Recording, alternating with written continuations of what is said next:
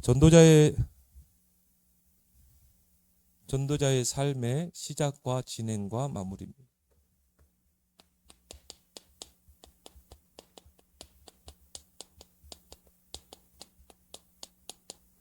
시작은 어떻게 해야 될 것인가? 진행은 어떻게 해야 돼요? 마무리는 어떻게 해야 될까? 오늘 창세기 39장 1절에서 요셉이 나오죠. 전도자의 삶에 가장 모델적인 삶을 살았던 인물 중에 한 명을 대라고 하면 요셉이라고 볼 수 있습니다. 왜냐? 요셉은 그 삶 자체가 전도였기 때문이죠. 그래서 전도의 가장 시작은 뭡니까? 함께 하심이죠. 내가 어떤 상황에 있든지 어떤 일 가운데 있든지 바로 하나님이 함께 하시는 그 구원의 은혜를 내가 누리는 것입니다. 요셉이 지금 뭐 보디발에게 뭐 구원의 길을 전했다 이런 말이 전혀 안 나오죠. 삶을 통해 보여주잖아요. 그죠? 그래서 전도는 뭐냐? 우리가 하나님이 함께 하신 그 구원의 은혜를 누리면 하나님이 나와 함께 하시는 증거를 나에게 주는 것입니다. 증인은 뭐냐? 증거를 가진 자거든요. 내가 증거를 가지고 있으면 주변 사람들이 보게 되죠. 근데 오늘 보니까 보며 두 번 나오죠. 오늘 3절에 보니까 주인이 여호와께서 그와 함께 하심을 보며 여호와께서 함께 하심을 봤다. 또 여호와께서 그의 범사에 형통하게 하심을 보았더라. 두 번 나오죠. 증거가 있으니까. 노예로 팔려갔는데 보디바르 집에 팔려갔는데 하나님이 함께 하셨다.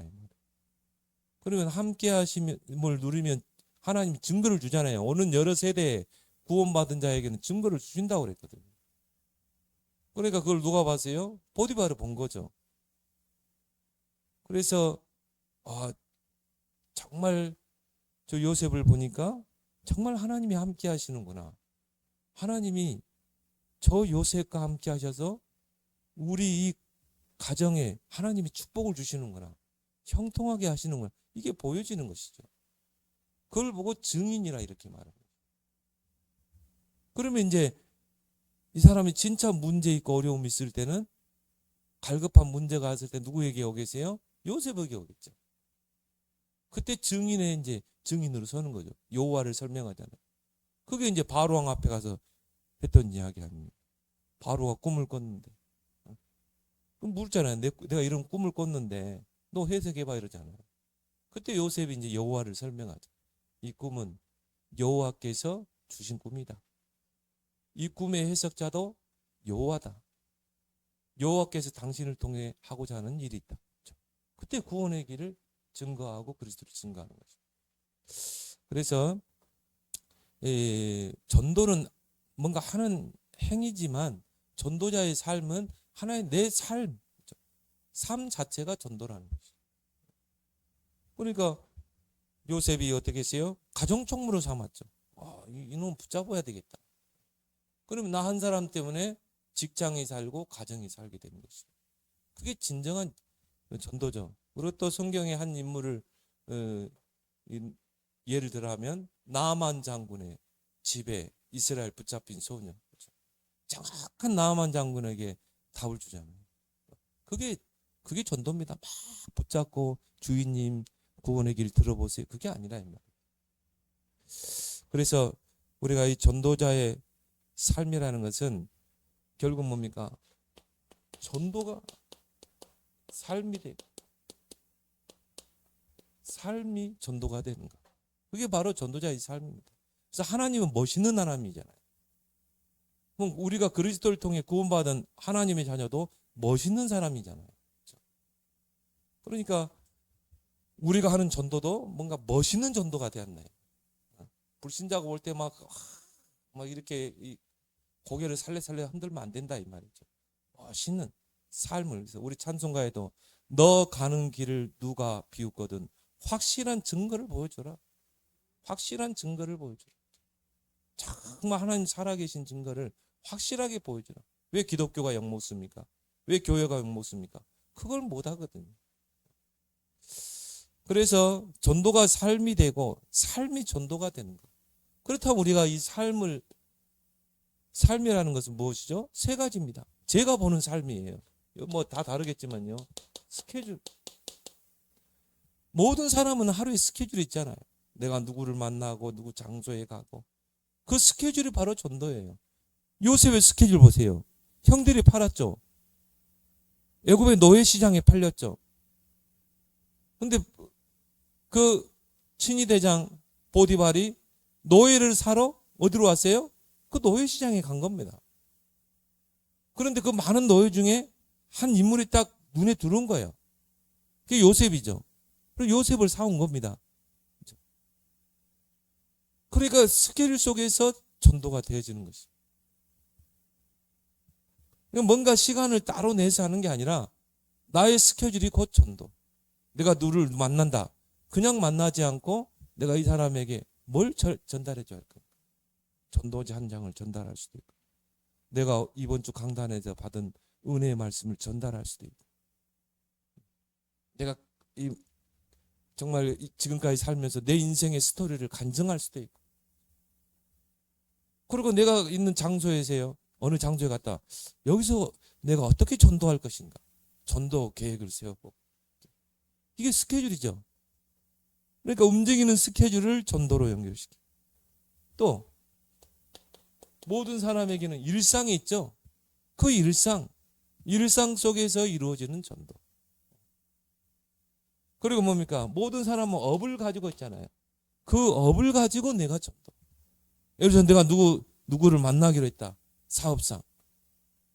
뭐 중요한 사업을 놓고 우리가 만나기로 했다. 그러면 그거를 그냥 업무상 만나지만 전도라는 관점으로 만나자 이 말이죠. 이 사람에게 내가 오늘 업무상 만나는데 하나님 계획이 뭘까? 위에서 기도하고. 그 오늘의 기도도 매일 달라지겠죠. 왜? 매일 스케줄이 다르고 매일 일상이 다르고 매일의 업무가 다르잖아요. 그러면 기도 제목도 매일매일 다르게 되죠. 근데 우리는요, 늘 같은 기도를 계속 중언부언하듯이 주문 외우듯이 하는 것입니다. 왜? 스케줄 속에 뭔가 전도 계획이 없어서 그래요. 그렇다면 결국 뭡니까? 사모늘이 중심축이 돼야 되죠. 이게 중심축이 될 수밖에 없죠. 오늘의 말씀, 오늘의 기도, 오늘의 전도. 오늘의 기도는 뭡니까? 오늘 나의 모든 스케줄, 일상, 나의 업무. 오늘의 전도는 뭐예요? 내 스케줄을 가지고 전도 계획을 짜고, 내가 말을 못해도 전도지를 전달할 수 있고, 내가 오늘 만나는 사람이 우울증에 시달려. 그럼 거기에 대한 전도 자료를 전달해 주는 거예요. 그래서 교회 안에 이런 전도 자료를 비치해 놓을 필요가 있다. 대상자에 따라. 그러면 그 대상자에게 그 전도지를 전달했는데 그 전도지 한 장이 이 사람의 일생을 바꿀 수 있는 것입니다. 썬다싱이 정말 인생의 비관을 느끼고 철길에 누워 있는데 바람에 종이 하나가 탁 뺨에 부딪히는데 이게 뭘까? 성경 쪼가리 누가 찢은 것, 그게 날라온 거야. 펴보니까요, 수고하고 무거운 짐자다 다 내게로, 내가 너희를 쉬게 하리라. 마태복음 11장 28절 아니에요? 내가 지금 수고하고 무거운 짐진 인생인데 누구길래 다 내게로 오라는 거냐. 보니까 그 사람이 예수 그리스도다. 썬다싱이 완전히 그 그리스도를 만나고요, 생이 완전히 바뀌었어요. 막 집에서 쫓아내는데 결국 뭡니까? 옷 한 벌, 신발 하나, 그거 신고 집에 나왔잖아. 그러고 뭡니까? 히말라야 산맥을 오르락 내리면서 전도 운동이잖아. 인도의 성자죠. 그러니까 그 바람결에 날라오는 그 성경 쪼가리 하나가 이 사람의 생을 바뀌어버리잖아. 내가 정말 오늘 스케줄 속에 누구를 만난다. 오늘의 기도가 뭐예요? 이 사람 만나는 거. 이 사람을 놓고 내가 기도하는 것이요. 그리고 내가 이 사람 상태를 계속 만나다 보니까 이 사람이 뭔가 영적 문제가 보이죠. 우리는 빛의 자녀이기 때문에 조금만 만나면 보이잖아요. 그 사단의 12가지 중에 다 보이거든요. 사람이 정신 문제인가, 영적 문제인가, 뭔가 모르는 이 우상 문제 잡혀 있는가, 이게 보이잖아요. 그럼 거기에 대한 기도하면서 자료 한마디 전해주고, 거기에 대한 짧은 멘트 한마디 줬는 이 사람이 거기에서 생이 바뀔 수도 있어요. 그래서 요즘 계속 나오는 메시지가 뭡니까? 사모늘의 포인트를 잡으라. 포인트. 그래서 30분, 40분 설교를 다 여러분 다 내껴 포인트를 잡으면 되지만 그 속에 포인트가 있는 것이죠. 오늘의 기도의 포인트, 오늘의 전도의 포인트를 잡으라. 그래서 사모늘이 내 인생의 중심축이 되면 자동적으로 이게 전도자의 삶으로 연결되게 돼 있어요.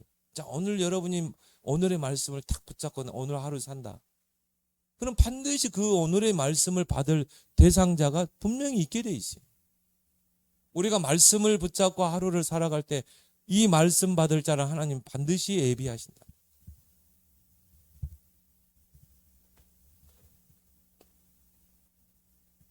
근데 이런 거를 여러분이 한 번만 체험했다. 야, 내가 오늘 하루 내가 말씀을 가지고 오늘 하루의 스케줄 속에, 일상 속에, 업무 속에서 내가 만난 사람에게 오늘의 말씀 그냥 툭 던졌는데 이 사람이 거기서 막 답을 얻고 눈물을 흘리고 예수님 영접하고, 그걸 한 번만 딱 체험하면요, 야, 이게 말씀이 성취되고, 이게 말씀 성취라는 게 뭐 말씀 들고 막 하루를 살았더니 막 일확천금이 벌리고 막 사업이, 그게 아니라 이 말이죠. 내가 오늘 붙잡은 그 말씀이 오늘 나의 스케일 속에 만나는 사람에게 성취가 되는 거죠. 그런 말씀 성취. 오늘 내가 그 현장을 놓고 그 대상자를 놓고 정말 기도했는데, 기도하고 오늘 내가 만나서 구원의 길을 전하고 전도자를 전했는데 이 사람이 거기서 예수님 영접했어요. 그 뭡니까? 오늘의 기도 응답. 또 뭡니까? 전도 역사. 결국은 세 가지 아닙니까? 말씀 성취, 기도 응답, 전도 역사. 근데 이런 게 없이 신앙생활하면요, 신앙이 무미건조하. 그냥 매너리즘에 빠지는 신.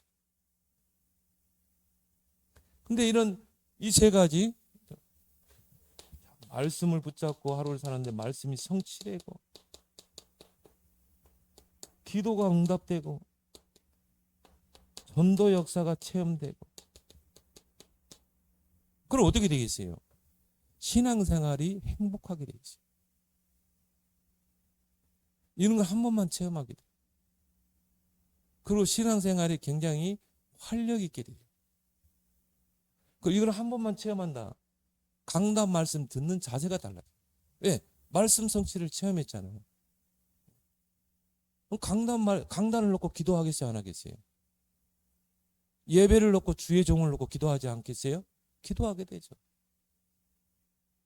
그 미리 한 30분 전에 와서 미리 오늘 본문도 다 읽어보고 제목도 보고, 그래서 우리 사모님이 딱 찍어서 미리 보내잖아요.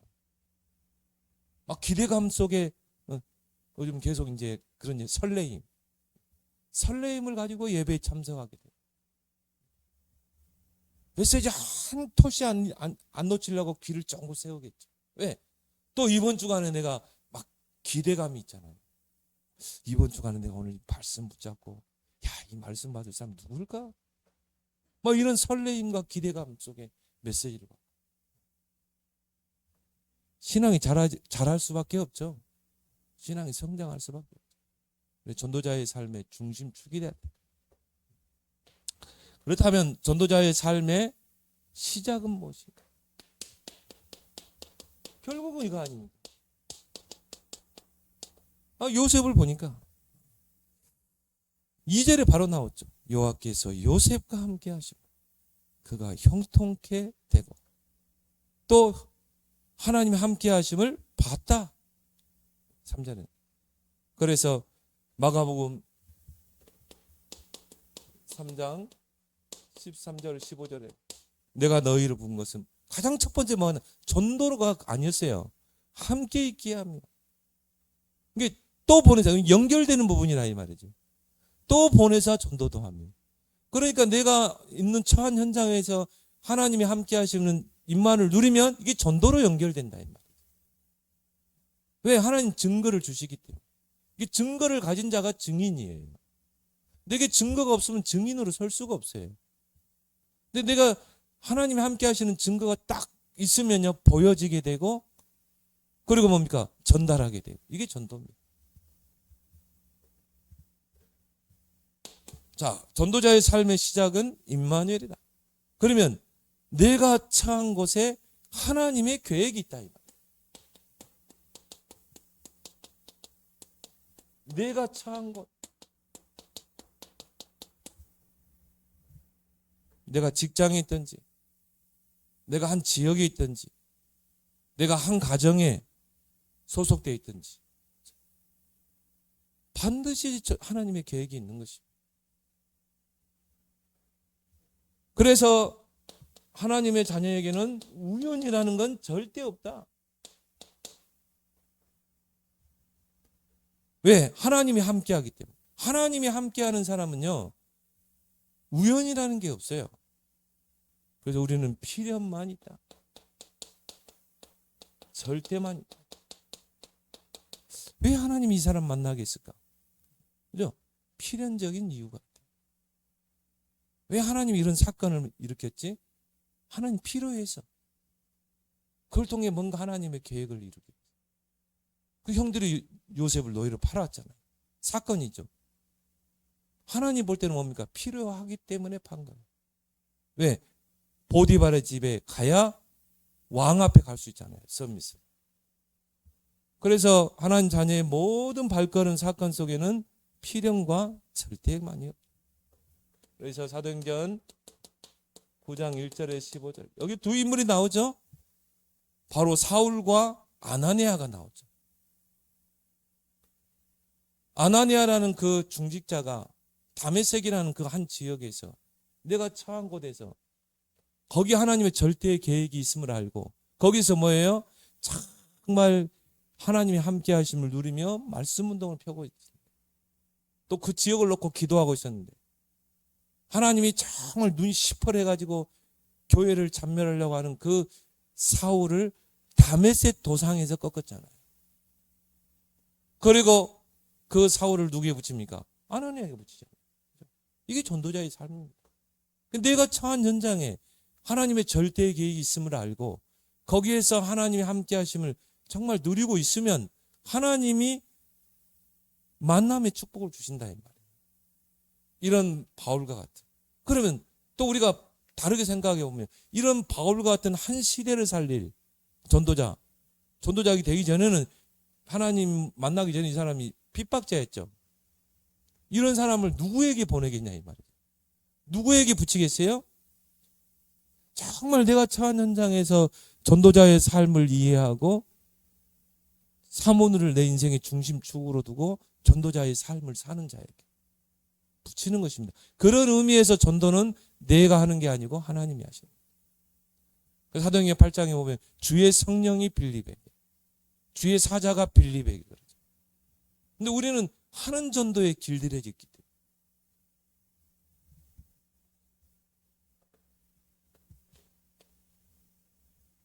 사도행전 8장 18장 1절에서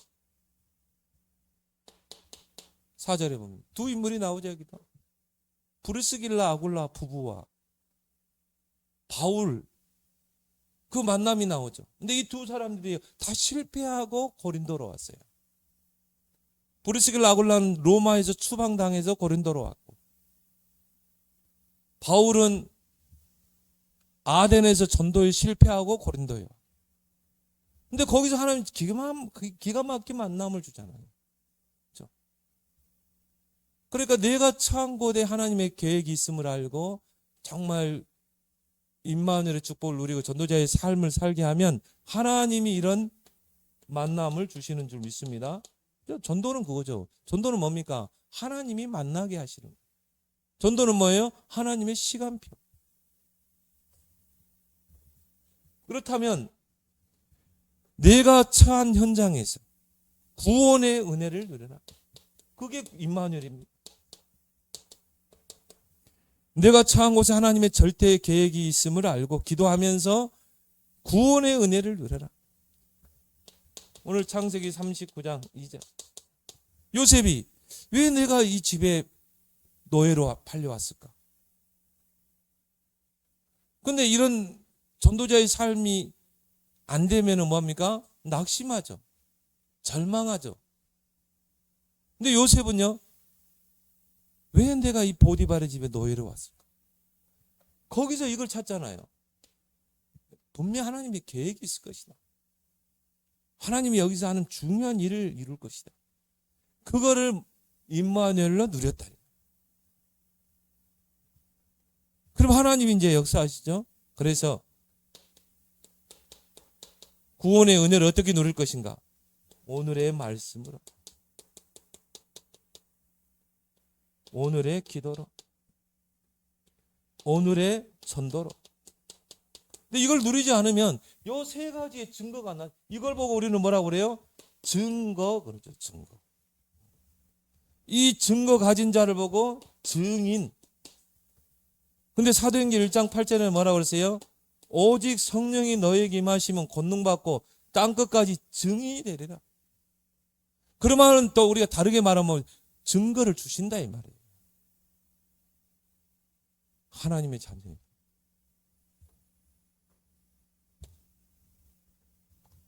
그래서 이 세 가지의 흐름을 놓치지 마라. 여러분이요, 정말 여러분의 인생의 중심축이 이거 돼보세요. 제일 먼저 여러분 자신이 다 바뀝니다. 사모늘이 인생의 중심축이 된 사람 신앙을 한번 봐보세요. 굉장히 안정되어 있습니다. 굉장히 삶이 평안합니다. 이 사람은요, 절대 환경이 흔들리지 않습니다. 요 세 가지가 인생의 중심축이 됩니다. 한번 주변에 한번 봐보라니까. 나의 인생의 삶의 중심이 말씀, 기도, 전도 중심이 된 사람 봐. 흔들리던가요? 요동치던가요? 근데 그럼 반대로 우리 주변에 막 문제 속에 막 흔들리고 사람 때문에 시험하고 갈등하고 이런 사람 특징이 뭡니까? 틀림없어요. 한번 확인해 보세요. 이거 전혀 안 되고 있어요. 오늘 하루 그냥 먹고 살기 급급해요. 오늘의 말씀 없어요. 내 생을 움직일 수 있는 말씀이 있냐 이 말이에요. 보좌의 능력, 성령의 능력을 움직일 수 있는 기도가 있냐 이 말이죠. 나를 통해서 막 생명운동 역사가 일어나고 있냐 이 말이죠.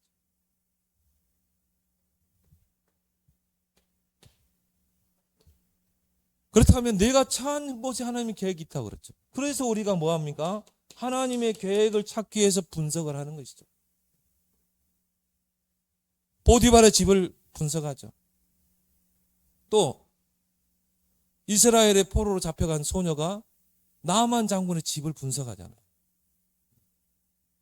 그러면서 나아만 장군의 영적 상태를 딱 보죠. 나 아람 땅의 장군이고 백성들에게 존경을 받는 장군인데 문둥병이 있는 거야. 겉으로는 뭐 갑옷 입고 하니까 위험이 있으니까요. 막 백성들이 칭송을 받고 그랬지만은 2인자잖아요. 왕 다음에 2인자잖아요. 집에 오면 막 갑옷 벗어놓고 막 괴로워서 긁고 막 문둥병 썩어가고 막 그런 사람이 우리 주변에 많습니다. 포장된 사람. 겉으로는 아무 문제 없는 것 같은데요. 몇 번만 기도하고 좋은 관계 맺으면 다 드러납니다. 빛 앞에 어둠은 다 드러나게 돼 있어요. 그래서 우리가 이 분석이 중요합니다. 왜? 내가 처한 곳에 하나님의 계획이 있다니까. 그래서 분석을 해야 뭐가 나옵니까? 하나님의 계획을 볼 수 있고 분석이 돼야 기도 제대로 된 기도 제목이 나오고 우리가 기도를 많이 해서 응답하는 게 아니라 하나님이 원하시는 정확한 기도 제목을 찾아낼 때 하나님이 응답하시는 거죠. 그게 분석을 통해서 일어나는 거죠. 거기에서 3어장이 보이고 황금어장, 사각지대, 재앙지대. 그래서 분석은 크게 세 가지죠. 현장을 분석하라.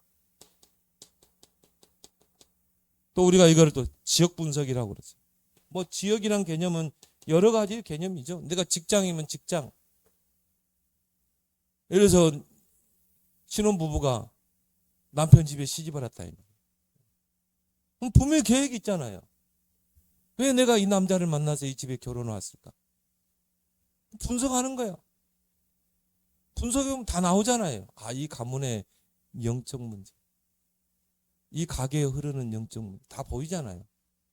아, 뭐 누구는 무슨 문제, 무슨 문제 싹 보이죠. 그래야 뭡니까? 영적 싸움이 이루어지고, 아, 그래서 하나님 나를 이 가정에 보냈구나.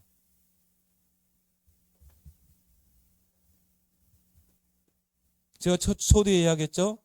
하나님의 자녀에게는 우연이 없다. 내가 왜 이 집에 시집 왔어요? 왜 이 집에 내 장가 왔어요? 하나님의 자녀를 하나님이 함께 하는데 하나님은 실수하는 분입니까? 하나님은 실수하는 분이 없어요. 하나님 무슨 사건을 일으킬 때는 과거, 현재, 미래를 가지고 영혼까지 가지고 하나님은 문제를 일을 행하십니다. 여러분, 하나님이 함께하는 자녀잖아요. 근데 하나님이 실수로 이 가정에 보냈겠냐 이 말이죠. 하나님이 실수하는 분이에요? 하나님 치밀한 분입니다.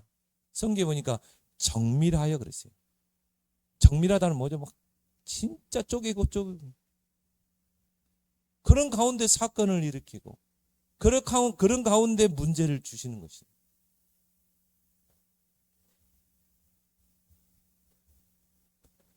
두 번째, 사람을 분석하라. 나와 관계된 모든 사람은 우연일까요? 아니죠. 필연적인 만남, 절대적인 만남. 내가 가정에 있든지 다 현장이니까.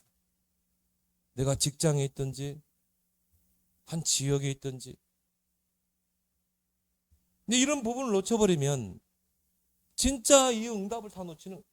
응답이 뭡니까? 응답이 이거예요. 이거 다른 게 아니에요.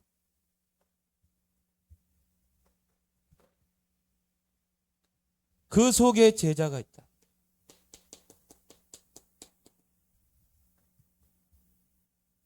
그래서 우리는 제자는 누굽니까? 지속하게 돼 있다. 그래서 전도자의 시작은 임마누엘이다. 자, 전도자의 삶의 진행은 뭡니까? 관계이다. 자, 내가 처한 곳에 하나님의 계획이 있고, 그러면 그 계획을 찾기 위해서 지역을 분석했어요. 기도 제목도 나왔어요. 그럼 어떻게 해야 돼요? 이제 관계를 해야죠. 그래서 예수님의 전도의 키는 뭐냐? 사람이었다. 사람을 찾는 것입니다. 그러려면 우리가 좋은 관계를 맺는 거죠. 왜? 그 제자는 감춰져 있다. 영세전에 감춰져 있다. 드러난다고 그랬잖아요. 예수님이 비유를 할 때도 밭에 감추인 보화. 제자가 나는 제자야 하고 그러지 않습니다. 제자는 감춰져 있습니다. 값진 진주가 감춰져 있는 거예요. 값진 진주를 얻으려면 어떻게 해야 돼요? 계속 돌아다녀야 돼.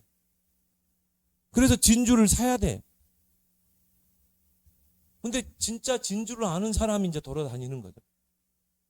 근데 진짜 값진 진주를 딱 만났어요. 어떻게 했습니까? 전 재산을 팔아서 진주를 샀다고 했잖아요. 늘 다니는 길이에요. 근데 어느 날 보화가 밭에 감추어 있는 것입니다.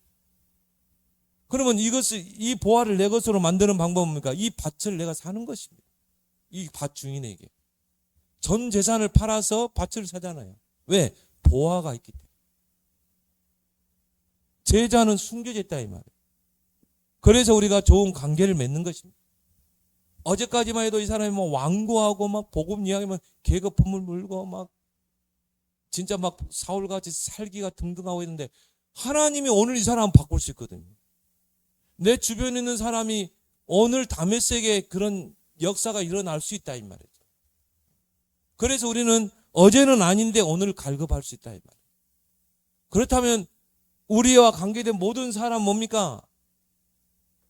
필연적인 만남, 절대적인 만남.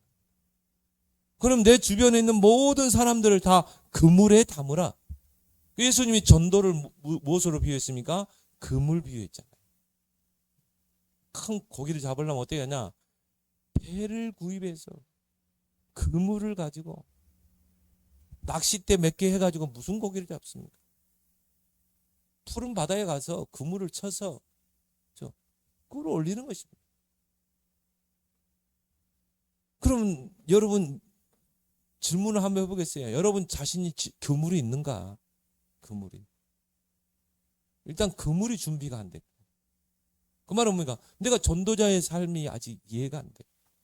사모들이 내 인생의 중심축이 안 된. 그물이 없는 거예요. 그물을 준비하고. 그럼 내 그물 속에 내가 지금 몇 마리의 고기가 있냐 이 말이에요. 여러분 주변에는 모든 사람을 다 그물에 담아봐야 그 속에 제자가 있는 줄 믿습니다. 그게 관계단 말이에요. 그래서 우리가 관계를 어떻게 맺어야 되는가? 9포인트를 가지고. 우리가 다 메시지 받았잖아요. 위, 아래, 옆. 자, 내가 가정에 있든지, 내가 한 지역에 있든지, 내가 직장에 있든지, 위에 상사, 또 밑에 직원, 또 동료 있잖아요. 그 사람과 나는 어떤 관계를 맺어야 되는가? 또 한 사람을 놓고 볼 때도 저 사람 왜 저러지? 저 사람 이상하네? 이상하게 반응할 수밖에 없는 과거가 있고 오늘이 있는 것입니다. 그리고 미래가 있는 거예요. 이 사람이 제대로 복음받으면 미래가 살아나는 것입니다. 근데 이대로 두면 이 사람 미래에 어떻게 할지 몰라요. 어제 우리 노예 조은son 목사님하고 함께 장례식장 가는데 자기가 이 전도운동 속에 들어온 계기를 이야기해요. 총신대학교에서 오늘 총신대 있다 왔잖아요. 그렇게 같이 그 기도 그룹이 있었는데 한 자매가 후배 자매가 그렇게 기도를 많이 하더라고요. 자기는 자기 클래스에 있는 90명의 친구들을 놓고 자기는 기도한다. 막 얼마나 기도 열심히 하는 거야. 오늘 갑자기 가출을 했어요. 학교 다니고 모태신앙입니다. 가출해가지고 어디를 갔는지 와가지고는 횡설수설하고요.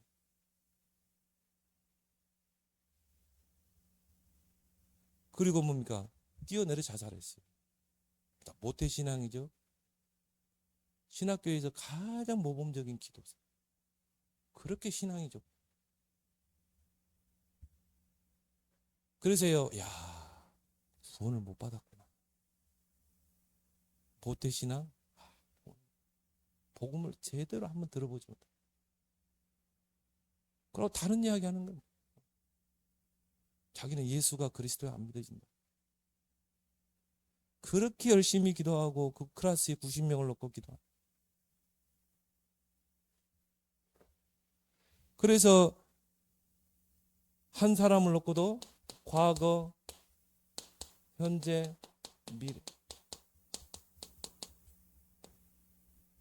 동시에 보고 우리가 판단해야지. 이 사람이 이럴 수밖에 없는 과거가 있었잖아요. 이게 사람을 영혼을 다루는 방법이에요. 여러분은 영혼을 관리하는 자인 줄 믿습니다. 그렇죠? 영혼을 잘 관리할 수 있어야 돼요. 그리고 우리는 뭡니까? 높이, 넓이, 깊이. 여러분 관계면 있대. 그래서 뭔가 여러분이 정말 이 사람이 나를 볼 때요, 이 사람이 영권이 있네. 이 사람 기도하는 사람이네. 이 사람은 정말 가슴이 넓은 사람이네. 이 사람만 만나면 뭔가 내가 이 마음이 포근하네. 넓은 가슴이니까 태평양 바다만큼. 그 사람 만나면 뭔가 깊이가 있어. 뭔가 대화의 영적 깊이가 있어. 9포인트를 가지고 관계를 하라. 그리고 뭡니까? 동기를 버리고 복음의 원색으로 접근하라. 우리가 왜 관계하다가 틀어집니까? 복음의 원색이 아니기 때문에. 그래서 1장 3절에 복음의 원색에 대해서 이야기했죠. 믿음, 소망, 사랑. 이게 복음의 원색입니다. 원색이란 말은 뭡니까? 새빨갛다, 새파랗다, 샛노랗다, 불구스름하다, 그게 아니라 이 말. 기독교인들이 보면요, 불구스름의 신앙이에요. 이거는 뭐 차든지 뜨겁든지 차든지 해야 됩니다.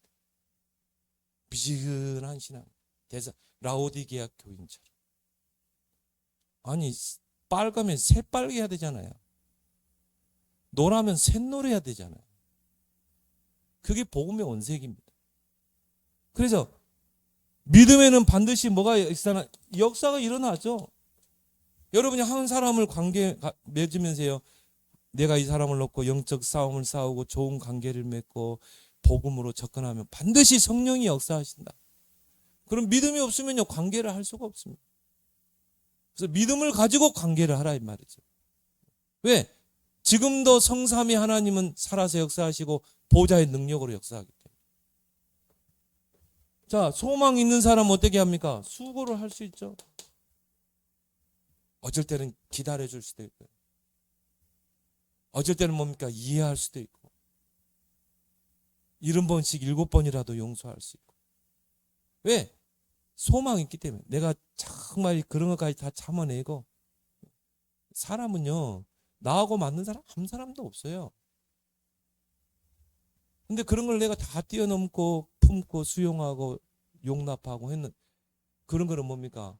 이 소망이 있는 사람은 수고를 아끼지 않죠. 소망에 인내죠. 인내할 수 있죠.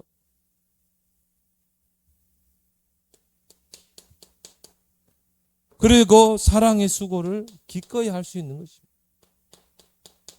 그래서 복음의 원색으로 접근하고 관계하라. 그러면서 뭡니까? 지속적으로 관계하면서 상대를 분석하라. 자, 지속적인 관계를 하면서 상대를 분석하라. 자, 지속적인 관계를 맺는 것은 뭡니까? 이 사람을 분석해야 되잖아요. 기도하면서. 근데 여러분, 빛의 자녀이기 때문에 빛 앞에는 다 드러난다니까요. 조금만 내가 이 사람을 품고 복음의 원색으로 접근해서 계속 관계 맺고 기도하면서 관계하면요, 다 드러나게 돼 있어요. 보디발의 영적 상태가 다 드러났잖아요. 그 소녀 앞에. 그래서 기도하고 있다가 시간표가 되니까 답을 주죠. 우리 이스라엘에는 정말 엘리야 선지자가 있네. 그 선지자를 한 번만 만나면 당신의 그 문둥병이 고침받을 것입니다. 그게 나아만 장군에게는요, 답이 된 것입니다. 그래서 상대를 분석하라. 그래서 마태복음 10장 16절, 뱀같이 지혜롭고 비둘같이 순결하게. 뱀, 지혜롭게 다니죠. 비둘기, 순결하게. 그래서 관계할 때는 뭡니까? 절대 무리수를 두지 마라. 불협화음을 일으키지 마. 오히려 막 문을 다 막아버린 사람이 있어요. 절대 여러분은 사람과의 관계 속에서 불협화음을 일으키지 말기 바랍니다. 그렇죠? 왜? 우리는 멀리 보고 가야 되기 때문에. 그래서요, 여러분이 상대를 분석하고 관계할 때 이 사람의 필요가 뭘까? 이 사람의 필요가 뭘까를 계속 질문하는 것, 이게 기도예요. 기도는 다른 게 아니라 이 사람이 진짜 필요한 게 뭘까? 이 사람을 내가 어떻게 도와야 될 것인가? 이걸 계속 질문하는 것입니다. 그래서 너희 필요를 채우시리라. 그리고 만날 때마다 마태복음 13장 1절에서 58절 뭡니까? 복음의 씨를 뿌려라. 물론 길가밭도 있어요. 막 복음을 씨를 뿌렸는데요, 막 완고해가지고 막 복음이 막 다 튕겨나가. 완고하게 거부하고. 막 돌짝밭, 이 메시지 듣는 것 같은데 어느 때 보니까는 막 아니에요. 또 전혀 신앙이 안 자라. 뭐 길가봐. 근데 그 중에 여러분이 복음의 씨를 뿌렸는데 그 중에 옥토가 있는 것입니다.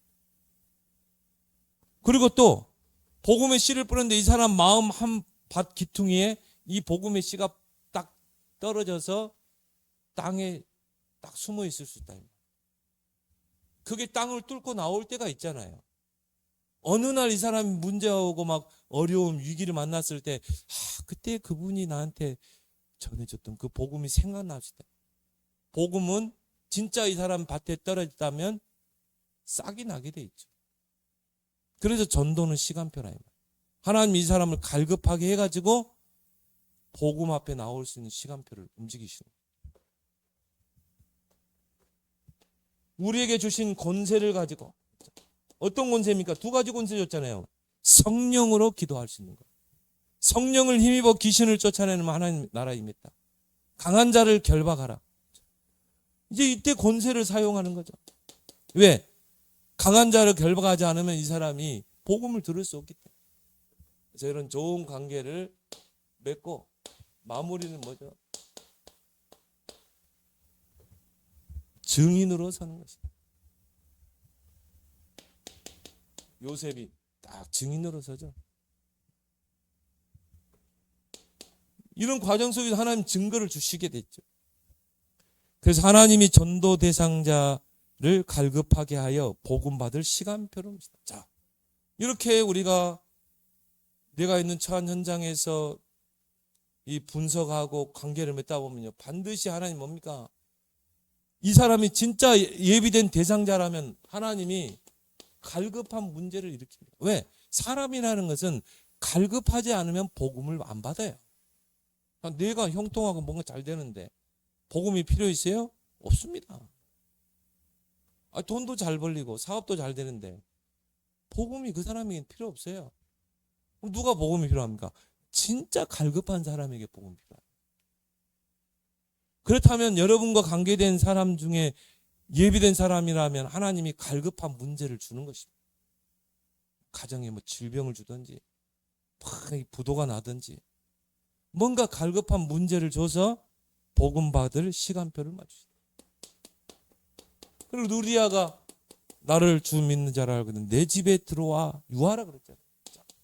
아까 이야기했듯이 열왕기하 5장 1절에서 19절. 나만 장군이요 얼마만큼 싸움을 잘했냐면 나만 장군이 군대를 이끌고 가는 곳마다 승리하는 거죠. 그러면 승리하면 뭐합니까? 전리품 뺏어오고 그리고 이제 그 나라 사람들 포로로 잡아오잖아요.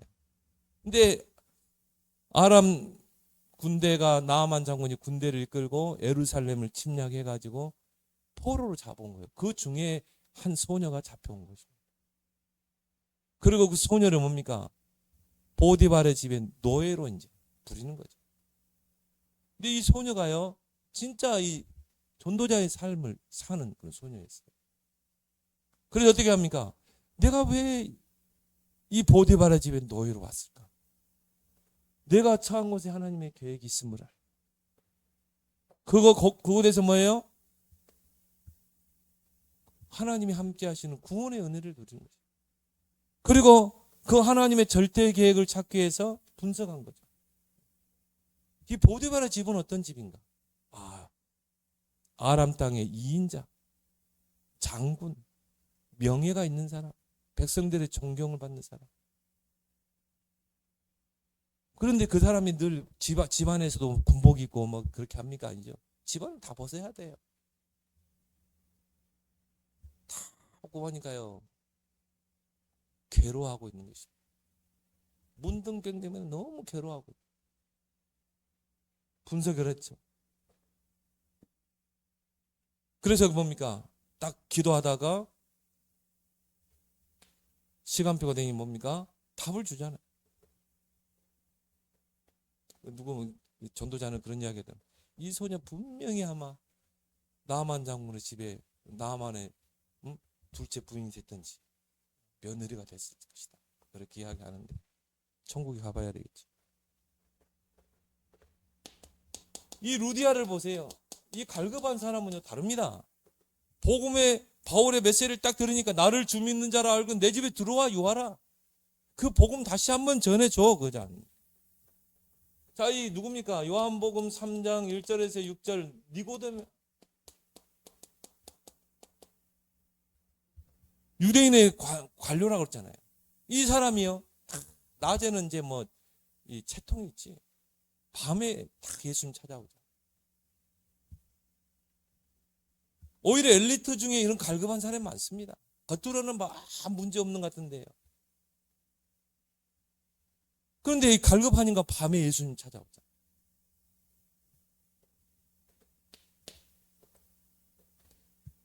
자신의 고민을 털어놓을 때 증인으로 서는 것이다. 자, 반드시 털어놓게 돼 있거든요.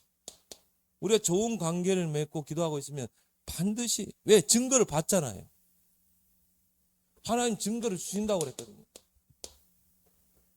그러면 누구에게 오겠어요? 그 증거를 본 그 사람에게 찾아오게 돼 있죠. 자신의 고민을 털어놓을 때 증인으로 설 시간표다.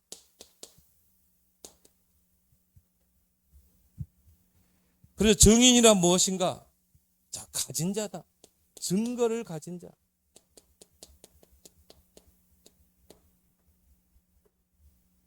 또 뭡니까? 본 자. 내가 본 것을 말하지 않을 수가 없다고 그랬잖아요. 안진뱅이가 증인으로 서서 하나님 앞에서 너희 말과 우리 말, 하나님 말과 너희 말을 듣는, 누굴 중에 말을 듣는 게 맞냐? 우리는 보고 들은 것을 말할 수밖에 없다. 본 자, 맛본 자. 자, 복음의 맛을 본 자. 증인으로 서게 됩니다. 그래서 고민을 털어놓을 때 이제 우리가 그동안 얼마나 이 부분에 이제 많이 각인됐습니까? 진단. 진단은 반드시 창세기 3장 3가지. 당신은 하나님 떠나서 이 문제가 온 거예요. 하나님을 떠나서 당신이 사단에게 붙잡힌 문제야. 대상자에 따라서 이 사람 막 정신적으로 막 귀신이 보이고 막 시달린다. 그러면 이제 먼저 뭡니까? 3가지 근본 문제 중에 사단을 먼저 꺼내는 거예요. 당신을 그렇게 괴롭히는 존재가 바로 사단 마귀야. 사단의 이력서 쫙 이야기하죠. 사단은 원래 천사였는데 하나님 대적하고 타락한 존재. 온 천하를 꿰는 자. 이 사단이 지금 너에게 역사한 거야. 왜 역사했겠어? 네가 하나님 떠나서. 대상자에 따라서 이 3가지 근본 문제를 다르게 먼저 강조하는 것입니다. 포인트가 중요하죠. 자, 진단. 진단을, 명의사는 뭡니까? 진단을 잘해야죠. 회답.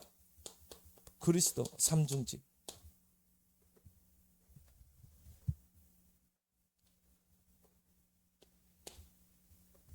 좋은 관계를 맺고 상대가 복음을 듣고 답을 얻을 때까지의 그 과정이 중요하다. 자, 이 과정, 이 과정이 중요하다 이 말이죠.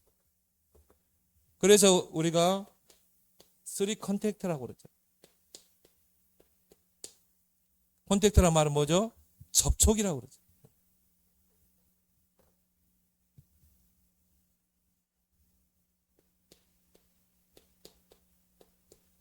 하루에 3번 접촉하라. 전도 대상자. 어떻게 해요? 미팅으로 직접 만나든지 아니면 뭐 만나는 기도로도 만날 수 있고 메시지로 만나라. 접촉하라. 기도로 접촉하라. 저는 MMP라고 그렇게. 자, 하루에 3번을 접촉해야 되는데 이게 내비게이터 전략이죠. 한 대상자를 어떻게 해요? 미팅으로 접촉하라. 미팅이라는 게 꼭 만남만이 아니잖아요. 내가 SNS로도 만날 수 있고 전화로도 만날 수 있고 메시지로 접촉하라. 그 사람에게 카톡으로 메시지를 전달하든지 만나서 전달하든지 전화로 전달하든지 기도로 접촉하라. 그 사람을 놓고 기도하라. 반복적인 만남을 통해 자료를 전달하라. 이 전도 자료 하나가요, 이 사람의 생을 바꿀 수 있기 때문에. 그리고 뭡니까? 관계 일지를 기록하라.